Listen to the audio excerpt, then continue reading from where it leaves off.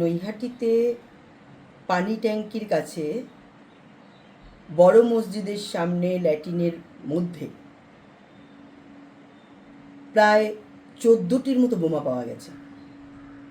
আপনি ভাবুন, সারা পশ্চিমবঙ্গের ন্যায় এই ব্যারাকপুর শিল্পাঞ্চলেও কিভাবে সন্ত্রাসীরা কবজা করে রেখেছে সারা শিল্পাঞ্চল।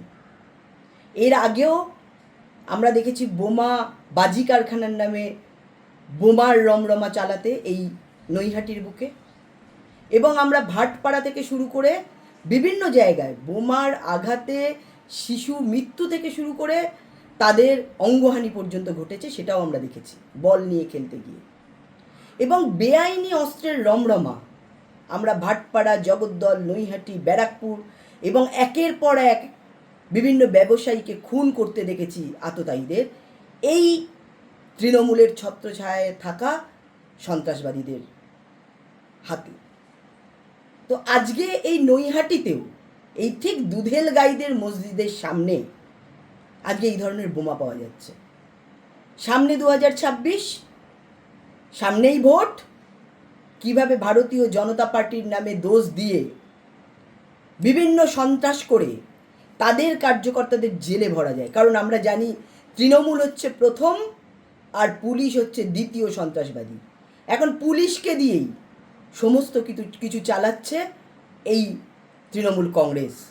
সমস্ত তথ্য প্রমাণ আড়াল বলুন বা প্রকৃত দোষীদের আড়াল করে সত্যিকারের যারা সন্ত্রাসী তাদের বাইরে রেখে সন্ত্রাস চালিয়ে যাওয়ার কার্যকলাপ বলুন।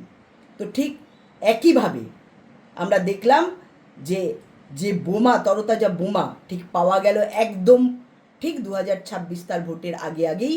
কারণ প্রস্তুতি চলছে কিভাবে মানুষকে ভয় দেখিয়ে একদম বুথ অবধি যেতে না দেওয়া হয়, কিভাবে ভয় দেখিয়ে মানুষকে ঘরের মধ্যে আটকে রাখা যায়, কিভাবে এই বোমা দিয়ে মানুষের মুখকে বন্ধ করে রাখা যায়। তো এই সন্ত্রাসের সূত্রপাত আপনারা বিচার করবেন।